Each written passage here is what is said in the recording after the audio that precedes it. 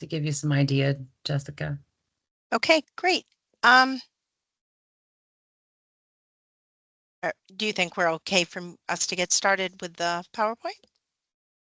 Sure. If you're ready to start, we can. Okay, we're going to go ahead and get started.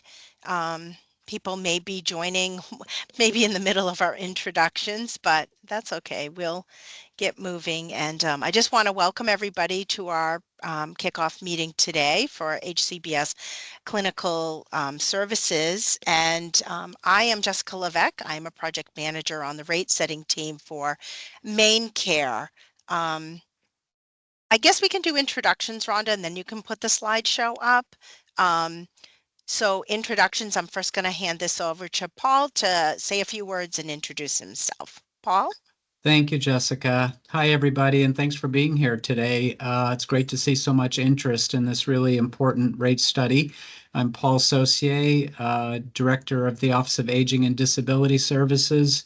We oversee home care programs in Maine, among other things, and this particular rate study is very important to the people that we oversee in those programs. So again, delighted to have you here. This rate study has a heavy focus on the more clinical aspects of home care, including nursing and therapies. It also includes the service coordination that has to occur in order for people to get care packages in the home. So although we've been quite successful in expanding our home care programs in recent years, we know we're not meeting all of the need for lots of reasons, including workforce. So glad to have you here today, and we're looking forward to this study. Okay, thank you, Paul. First, we're going to have a couple of people from the main team introduce themselves. Dwayne, are you on the call? Yes, I am. Okay. I am Dwayne Parsons. I am currently the manager of rate setting for the Office of Main Care Services. Kristen? Hi, everyone. Good morning, and thanks for joining us today. I'm Kristen Merrill. I am the Senior Policy Manager for the Office of Main Care Services. I do just want to let folks know that I'm also joined by my policy colleagues, Tom Leet, Heather Binglis, and Megan Brooks. And just really want to echo everything Paul had said. Our thanks for joining, and we're really excited to kick this off today. Thank you, Kristen. I think I heard that Derek's not with us today. Nicole, are you on? Would you like to introduce yourself? Hi, thanks, Jessica. Nicole Rooney. I'm the program manager for the Office of Aging and Disability Services, Long-Term Services and Supports, and so happy to be here and happy to see you all. Thanks. Thanks, Nicole. Rhonda, if you and your team could introduce yourselves, that would be wonderful. Yes, thanks, Jessica. My name is Rhonda Kern-Strelzer. I'm with Public Consulting Group, and I'm the Senior Behavioral Health Analyst with Public Consulting. And I am also the stakeholder interested party engagement leader for this project as well. And then I will turn it over to Caitlin Crone. Hi, everyone. My name is Caitlin Crone. I'm a senior consultant with Public Consulting Group and supporting Rhonda and Jonathan on this project. And I will pass it over to Jonathan. Great, thanks, Caitlin. This is Jonathan Sourshell. I'm senior consultant with Public Consulting Group, and I'm serving as part of the project management team for the scope, and I'm excited to move forward. Thank you. Jessica, I'll pass it back to you to continue. Okay, thank you. I think we're ready to start with the slide presentation. While we're having that come up, I just want to remind everybody on the call that this is a recorded presentation and that you will be able to have access to this recording that will get sent out in an e-notice. So be looking for a notice that comes with a link to this presentation and also the PowerPoint presentation that we'll be doing today. Another thing I want to mention is please feel free to put any questions while we're presenting in the chat. We do have reserved some time at the end of the presentation to ask questions, but if you want to type it in so that while you're thinking of a question, please feel free. But I wanted to let you know we're going to get through the whole presentation and answer questions at the end. Jessica, are you able to see the presentation? I am not. Caitlin, are you frozen? I see you coming in. Moving. Yes, the agenda is currently showing. Rhonda, are you able to see it? I am. Is anybody else Okay. able to see? Rhonda, I'm able to see the presentation, but I do just want to note that the chat functionality seems to be disabled for participants, at least for myself anyway. Oh, Okay. okay. And now I do see it. I do see the PowerPoint. So if everybody can see it, if some people aren't seeing it, there is maybe a little icon that says PowerPoint at the top. You have to click on it to open it. That's what I had to do. Today's agenda, we have already done our introductions.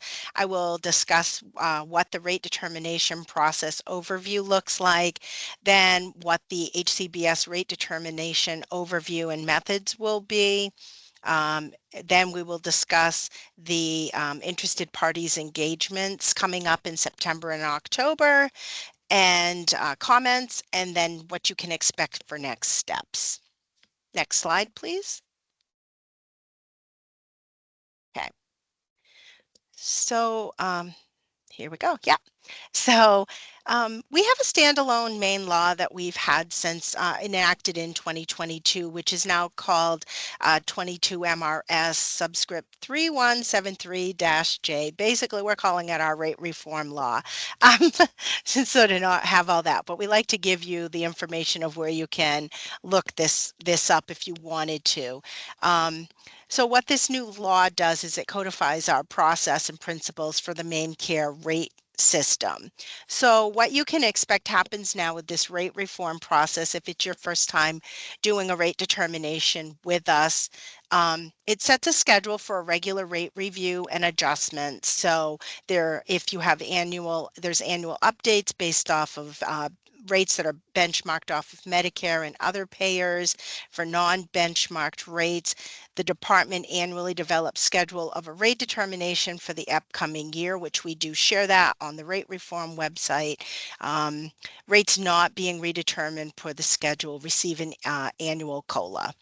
So having this process, it ensures we review relevant state and national data to inform rate amounts and payment models. It formalizes a clear and transparent process for the rate determination. So this is our there was a public notice, which if you didn't receive it initially in a notice, it's posted on our rate reform site. Then we do a public presentation. So today we're doing a kickoff.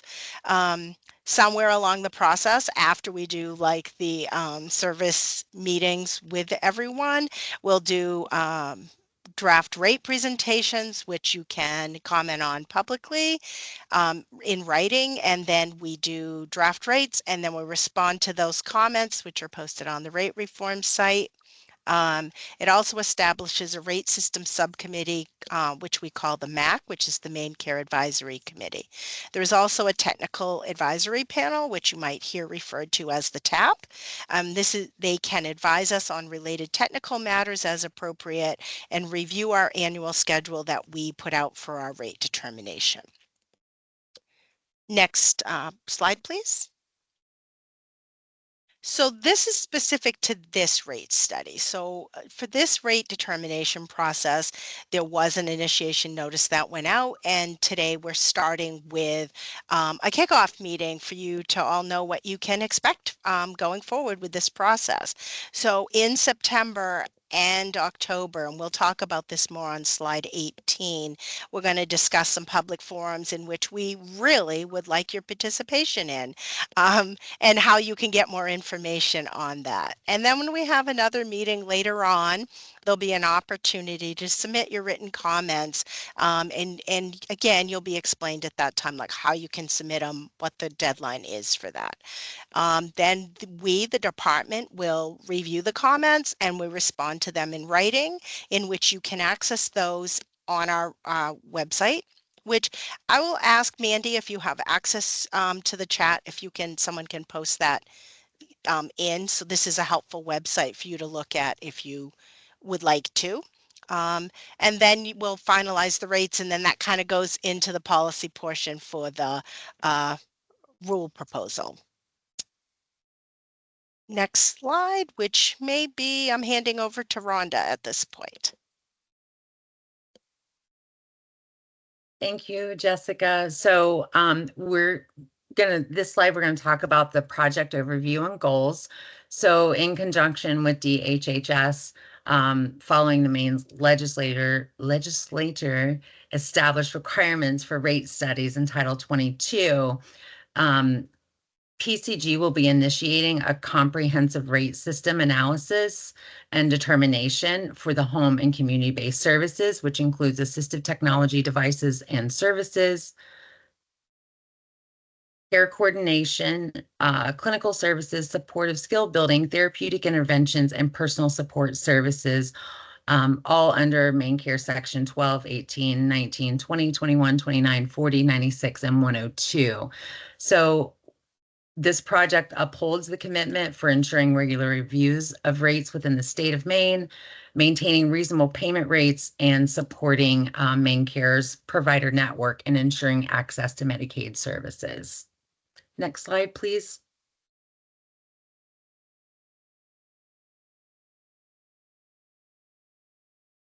Caitlin. Yeah, thanks so much, Rhonda. So just a little bit about PCG and the project overview and our approach. Our approach to this project is going to be very collaborative. So we'll do frequent touch points with the interested parties throughout all of the project phases. We'll also be very transparent, so making sure everything is well documented, the assumptions, and then regular status updates. This approach will also be very data-driven, so enabling evidence-based recommendations, including national research and benchmarking. And this approach will also be very tailored. So we're going to address the needs of Maine residents receiving HCBS, including operational considerations. PCG does have significant experience with rate determination across the country, so we'll make sure to leverage that experience, lessons learned, and best practices and bring it forward for this project. Some of the project goals for the study. So we're going to develop and document appropriate benchmarking, service definitions, rates, and coding alignment. We'll also engage closely with the interested parties, as I just mentioned, throughout the project lifecycle, demonstrate the impact of changes to rates or service definitions, and then our fourth goal here, ensuring alignment to state and federal reimbursement requirements. And Jonathan, I will pass it over to you for this next slide. Great, thanks, Caitlin. Appreciate it. So yeah, to continue with the overview, and actually this will be a good time to sort of note that the Office of Maine Care Services yesterday actually issued the analysis of all of the codes and service category lists that we're going to be going over. So won't go over in detail on this call, but you can find that. You might be able to subscribe to their listserv, and you can find that. So we definitely recommend reading that on their rate reform system reform website. And it's got the full code analysis results. So what's kind of happening, and with those codes, PCG has done a code and rate analysis of all included services to identify the comprehensive list of codes and services for the scope.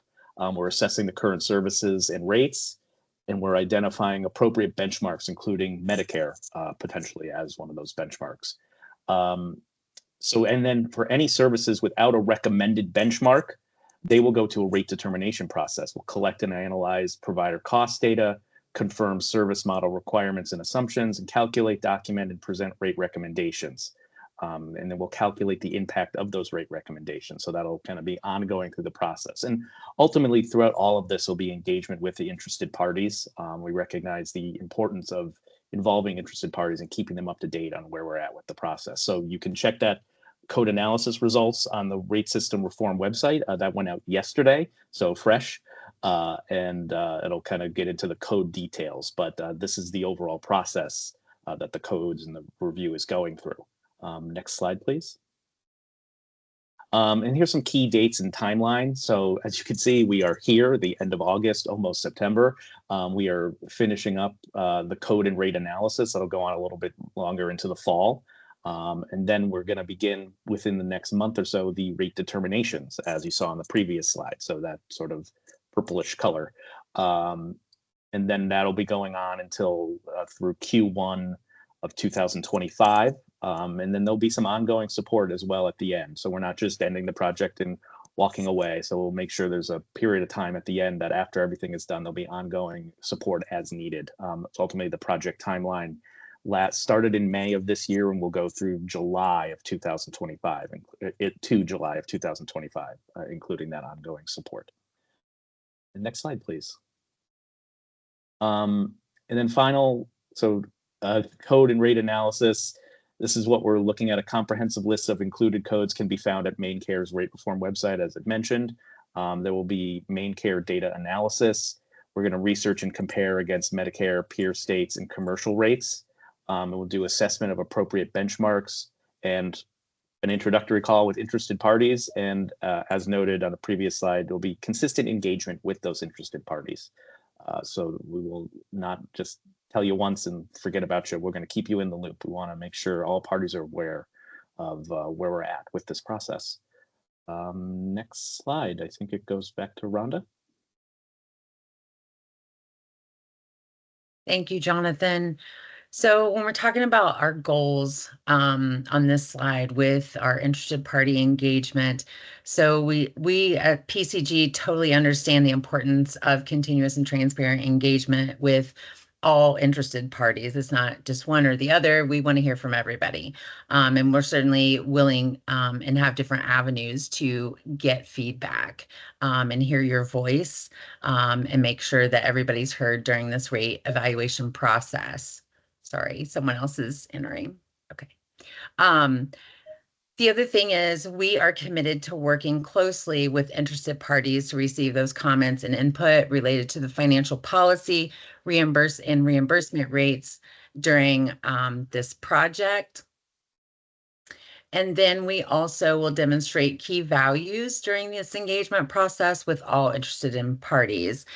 And that includes, us understanding interested parties' population in your business and service line, creating an open line of communication, which we'll talk about in just a few minutes, developing interested party question guides that are specific to specific sections or certain business lines, those sort of things, being active listeners during their engagement process, creating transparency and confidentiality as well.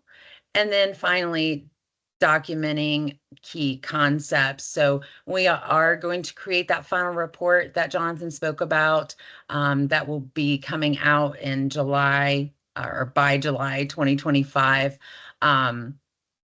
We will have those key concepts documented, and that those things will be included within our assessment and analysis when we are making recommendations as well. Next slide, please. So there's going to be different opportunities and communication opportunities for providers, for individuals to connect with us, to provide feedback. And some of the things that we will do at PCG, we're going to plan, host, and encourage participation through key informant interviews, collection of written feedback via surveys, workforce or focus groups that we may have, as well as direct outreach as necessary. So any of those methods, and certainly other ones as we continue to develop throughout this process, may be something that we utilize to, again, gain valuable feedback from those with direct experience in working it every day. So one of the things I do want to highlight is that all announcements regarding engagement opportunities for interested parties, including surveys, work groups, or focus groups, will be shared via Maine's Department of Health and Human Services email listserv. So the communication that you guys received to register for this it'll be the same way. So nothing should be different or changing throughout this project unless there would be a direct outreach. And at that point, we would actually reach out to interested parties. Next slide, please. So one of the next things I want to talk about is we have upcoming engagement sessions for each section. And they're listed here as we identified earlier. You can join. You'll receive on the email listserv the links to join for each particular one. So we have one for assistive technology, devices and services, care coordination, clinical nursing services, clinical therapy services, supportive skill building, therapeutic interventions, personal support, and rehabilitative services. So we have these particular sessions. You will receive each one. Like I said, those links, please feel free to go in and actually do sign up for any ones that you want or that would impact your business line or your organization. And those will be coming out directly after this call.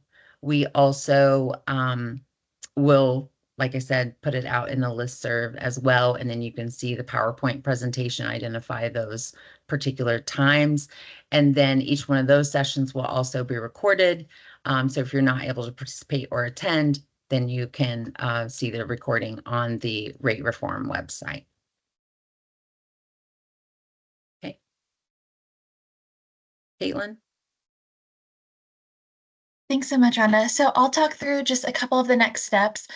Some of this has been previously discussed, and I know Jonathan went through the timeline, but just thinking through our next steps for this project, we'll be conducting those engagement sessions with interested parties, like Rhonda just mentioned. We'll also be working through over the next several months the provider data collection analysis and then those rate determination processes. So we'll begin doing that analysis, as well as doing continued research, data analysis, and benchmarking to inform the rate determination. So all this kind of culminating in the final report, but working on this over the next several months. And then lastly here, we just wanted to make sure everyone was aware, we do have a dedicated inbox for project communications, questions, and comments. So the email is listed on the slide. I'll also copy this email and put it in the chat, just so it's a little easier for you to use if you have an email. But this is set up so we have several staff reviewing this inbox multiple times a day. So we will make sure to address your comments, questions, and concerns when we receive them. And I believe that concludes the presentation. I don't know, Brenda, is there anything else you'd like to add?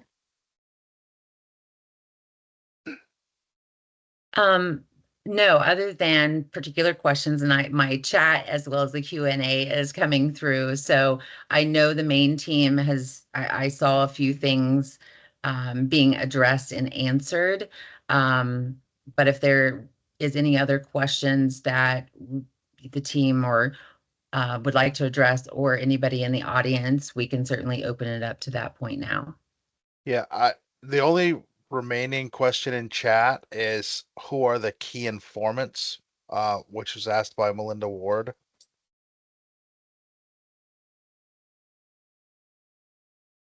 So key informants could be individual organizations. It can also be individuals, but that is still being determined on how we are going to look at that and who that may be. It's just a collective term for any of those individuals that would have a piece or a part in the rate reform, or maybe working. So it could be individuals, it could be organizations, advocacy groups. It just depends. And that's still being worked through.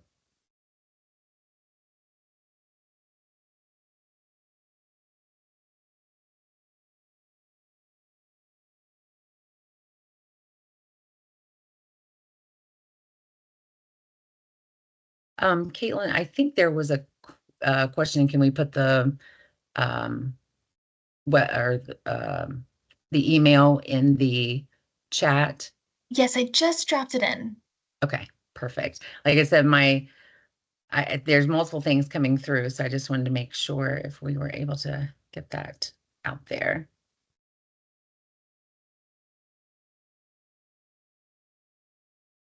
The presented materials notice will go out probably tomorrow afternoon, and it will have today's recording and the PowerPoint. And it will also have links to pre-register for the upcoming breakout sessions for each service category. And I see, Amanda, I think you might have, I'm not sure, someone has posted the link in the chat regarding the codes that have went out in a list of codes. Yeah, I think it's been posted a couple times now in the chat. Okay. Okay. Yep.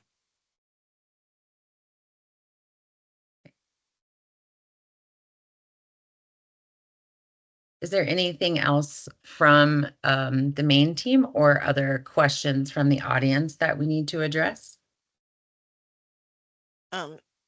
So we do have another question in the chat that's saying they did not see programmatic services within a topic for a meeting.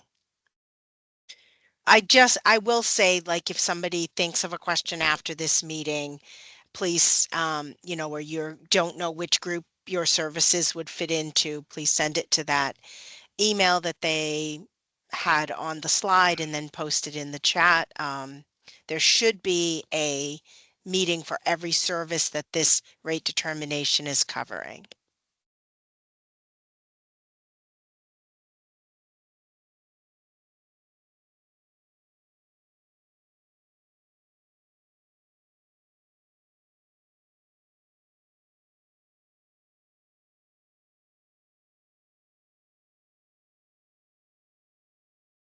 Jillian, I think just wants the slides in chat. Is that what you're asking?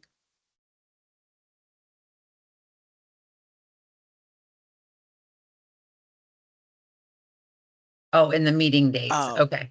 Yeah. Got you. And those will be in the notice that's going out, but do you want me to grab them and paste them in the chat? There, someone did Already it. done. Yep. Tammy, Yep. sure already did it. You beat me to it. Thank you. Yep. So Thank it you, will Tammy. go out. Yeah, it will go out today or tomorrow in a notice where you'll have links to the slide presentation and the recording. Or you're welcome to keep checking the rate reform site. Like, it's quite possible they'll get posted there before the notice goes out. But we have a few more minutes. If people would have any questions, please let us know. So Ray, the home support per diem work is being done. This, like we said at the beginning, this is more for clinical nursing and therapeutic services. The home supports is being addressed as part of the lifespan rate study that's being conducted. And I posted in a response to Fawn the main care rate system reform page that does have a list of the codes included if you want to take a more in-depth look at that.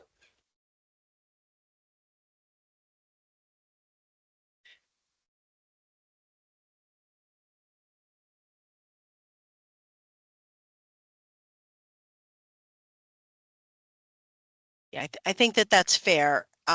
There is a lifespan project and then there's this project. So I think it'd be easy to kind of have the crossover confusion.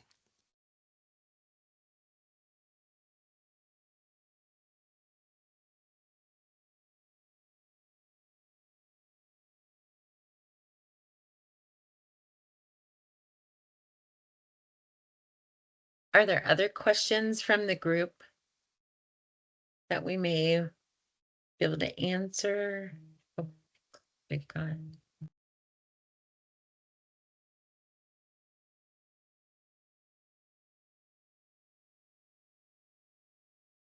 It looks like someone has their hand up. Oh, Pete.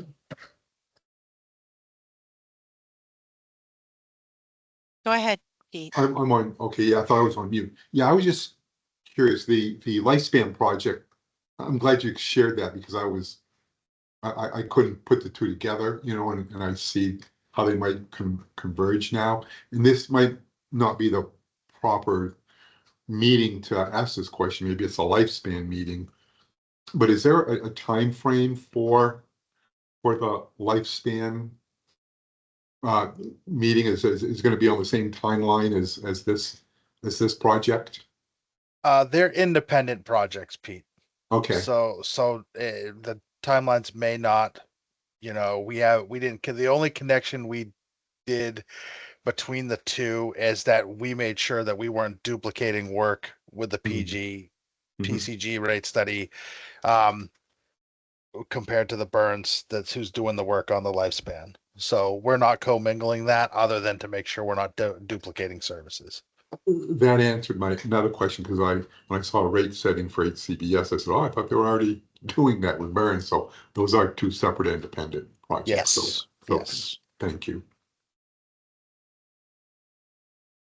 Yeah, we've struggled a little bit with the title in our notices for this one, because it's such a long title, because it's HCBS, yada, yada, yada, all these different services. And so sorry for that. No, yeah, so thank you for clarifying that. I appreciate it.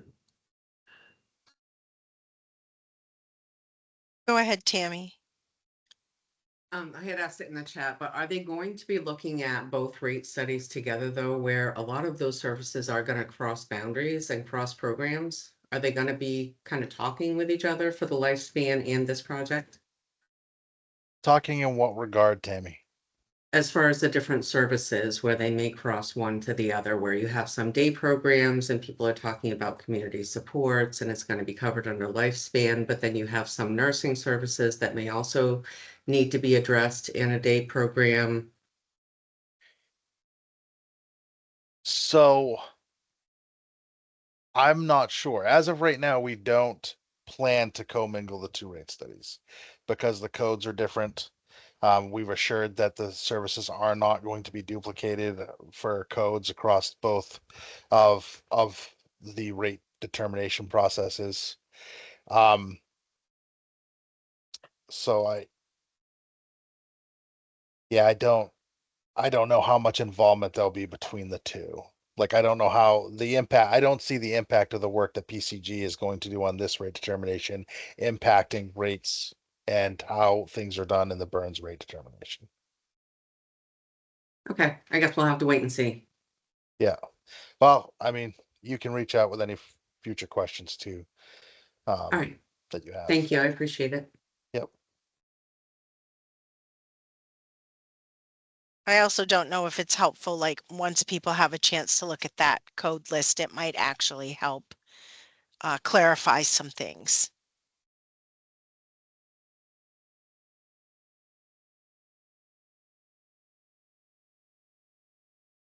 It looks like we have a couple other questions or chat pieces that just came in.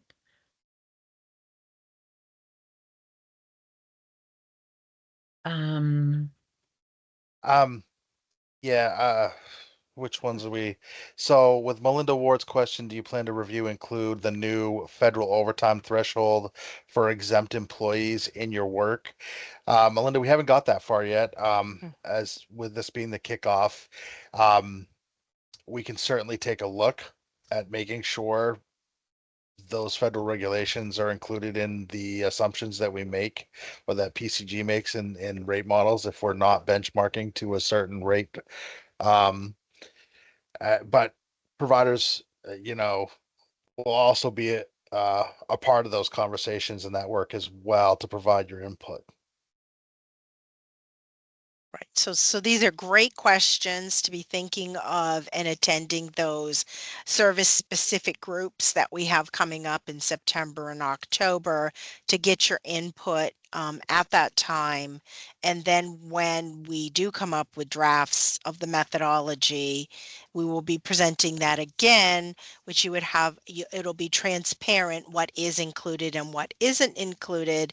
And you would have an opportunity at that time to do an official written comment that we will respond to also.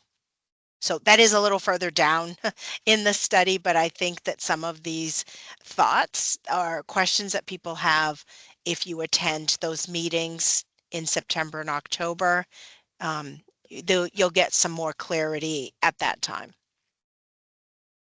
Would that be fair, Rhonda, to say?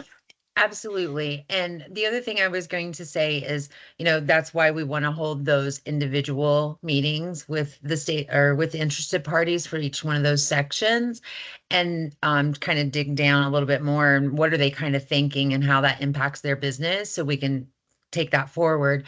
But also, you have the opportunity to submit some of those different ideas or questions to us through that email that Caitlin had put in the chat.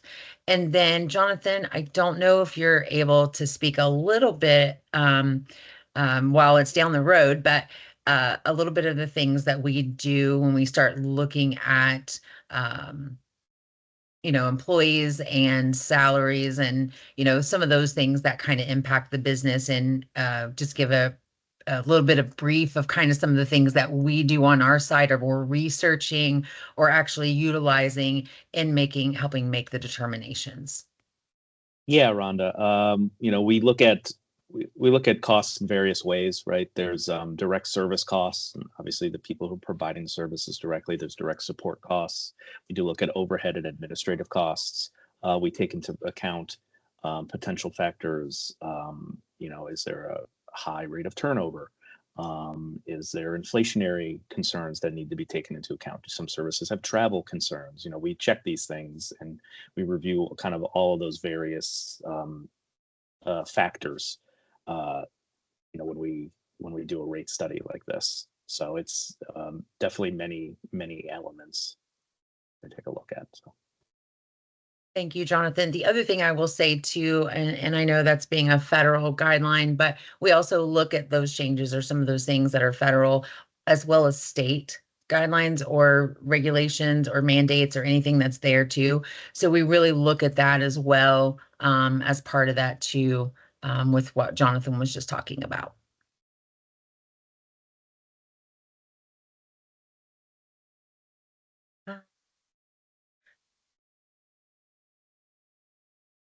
It looks like, I think, Kristen, thank you for addressing the last question.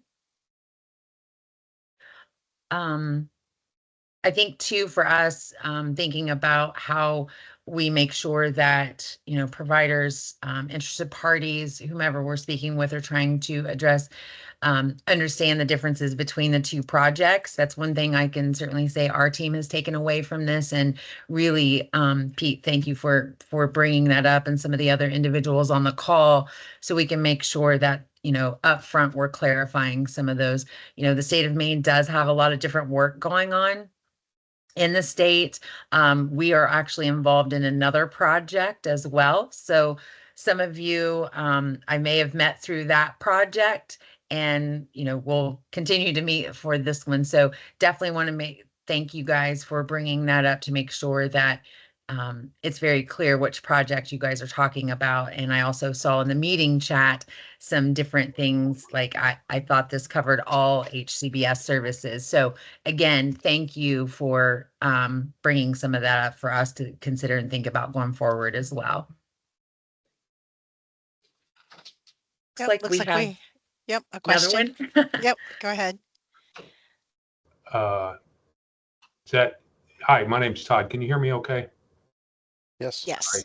Sorry to use that question that we all get sick of hearing these days. Can you hear me? I apologize for this question. We were having network troubles here, and so I missed a few things.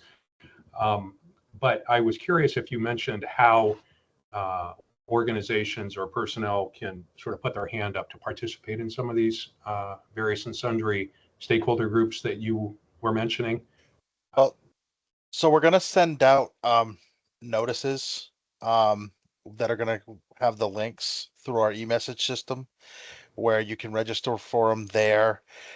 We also have the code lists that are involved in the rate study and what sections they apply to posted on our Maine Care Rate Reform website, which the link is in the chat for you to access that. On top of the provider engagement that we'll do in those meetings, there potentially could be provider data requested through survey usage, which is a typical tool that are used in these rate determinations. So that might be incorporated into the rate determination if we determine that that is going to be helpful. There is also the formal comment process where you will be able to see the draft rate models. You will be able to then provide comments and concerns that we will then answer and address and potentially make changes to the model to accommodate those concerns. So there's many levels of options for provider enrollment throughout the process. Thank you very much. You're welcome. And then Todd, the chart that we posted during the presentation, it is in the meeting chat. So if you want to kind of scroll back a little bit, and I know there's some other individuals that joined the meeting late. Happy to talk through anything quickly that you have a quick question like Todd just had about. But it is, and actually Caitlin just posted it again in there. So you can see each section and the dates and times, and those will also be posted once we have those. They'll be posted on the rate reform website as well. And also please feel free to join any of those that you feel would impact your business or your line of business. So Ray, the lifespan waiver rate determination kickoff happened a while ago. If you go to our rate reform website, there should be posted and presented materials that you can review in relation to that rate determination.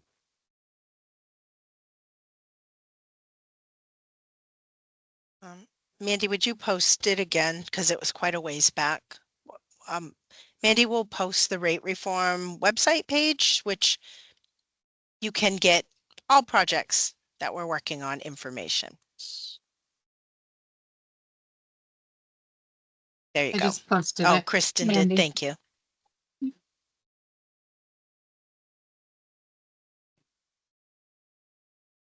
Yeah, when you get to the page, just scroll down to in progress, and that will have all the studies that are in progress. And then there's also upcoming and recent below that. Right. For future reference, the page can be used for any historic in progress, and we post our new schedule of upcoming rate studies so providers can stay informed with the work that's being done. So it is a useful tool to see what is going on in the world of rate reform within the department.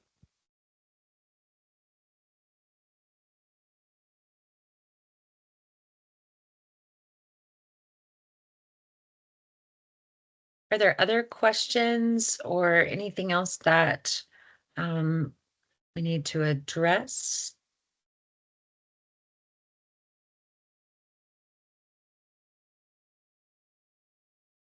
Oh, and it looks like Caitlin just reposted the dedicated email address for some of you that just joined later.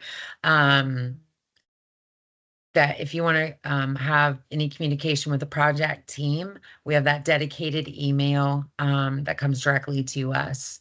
So please feel free to reach out there as well if you have questions or things that or want to provide other comments too.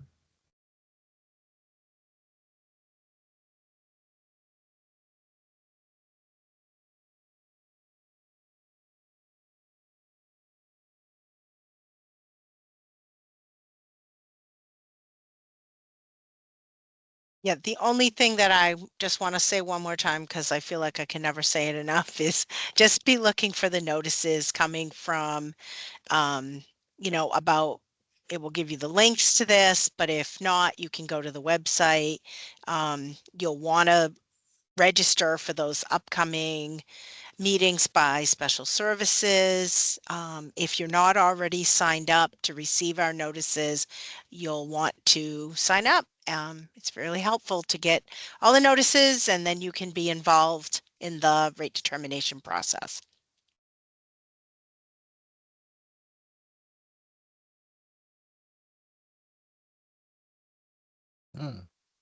I Oh, I did not see that. We had 100. I know we had 166 registered, and there was 100 and I think there was almost 140 on the call. All right, we'll look into that Yeah. to make sure it doesn't happen in the future. Thanks for pointing that out. We will also post this as being recorded. It is going to be posted on the website, the rate reform website, so that those who weren't able to jump on the call can access the presentation as well and watch through it. So thank you again for pointing that out. We appreciate it.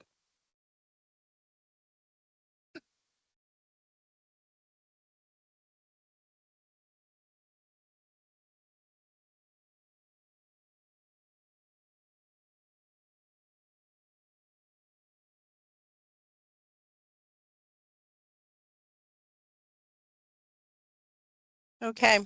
Don't be shy. We're going to do the going once, going twice. But if anybody has questions, please raise your hand or put it in the chat. And then also remember, if you think of them after this meeting, you can send it to the email that's posted in the chat that Caitlin posted.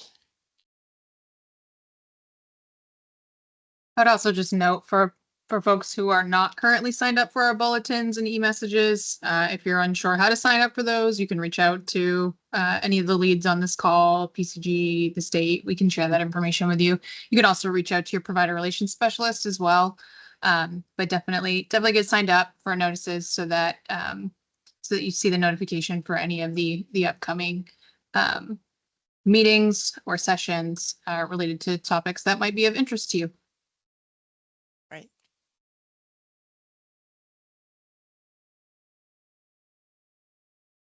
I think I have that handy, Tammy.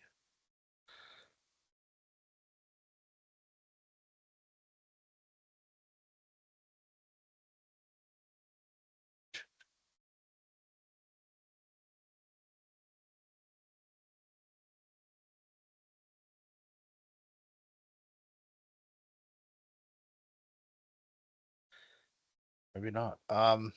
Mandy, do you have that? You must have the e-message or the main care bulletin page bookmarked. Can you drop that into chat, please?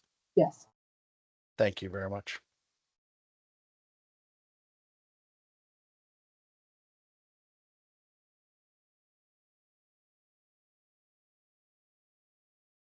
I don't have it as favorite, but I am looking for it.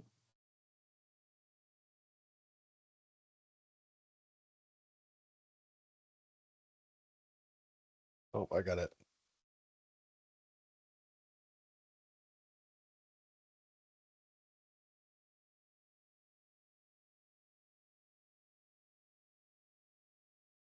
So while that's being posted, I just want to say I'm so happy to see that there were so many people who attended today to the kickoff, and we're really looking forward to this participation moving forward with all the services. And so I appreciate you all taking your time to attend today's kickoff, and we look forward to seeing you at our other presentations, collaborative meetings in September and October.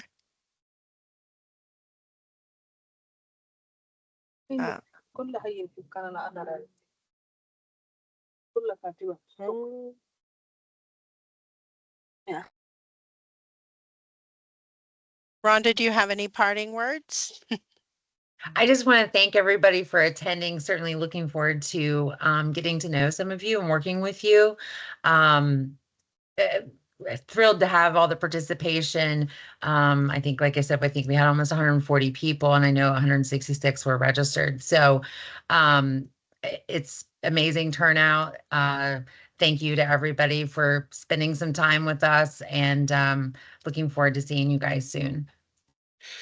Rhonda, will we have access to the chat to compile the questions and answers to actually post on our website with the rest of the recording?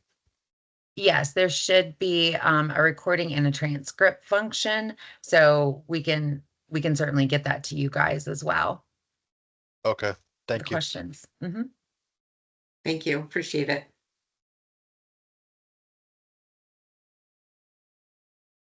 Yeah.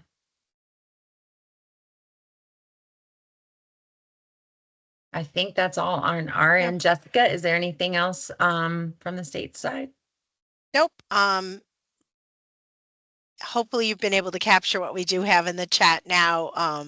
If you are registered, so you'll get the notice, so you'll have access to that. But if you haven't been able to capture or aren't signed up for our notices yet, hopefully you can get to our website and you'll be able to get information from there and then contact us so we can help you out. And Mandy just dropped that link to the e-message system in the chat as well. I'm also going to put in the bulletins page where you can search by topic for all of our notices that go out. It's the bulletins page. So if you're not signed up, you can still go there.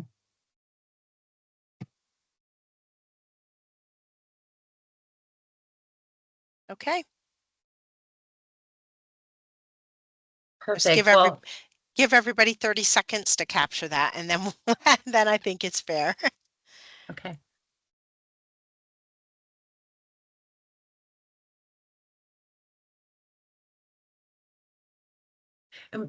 Dwayne, Jessica, we can also put those links in the questions since that came from the meeting chat. So when you post that again on the Reform website, that information will be there very easily for individuals, so they don't have to feel like they're scrambling trying to get to it right now.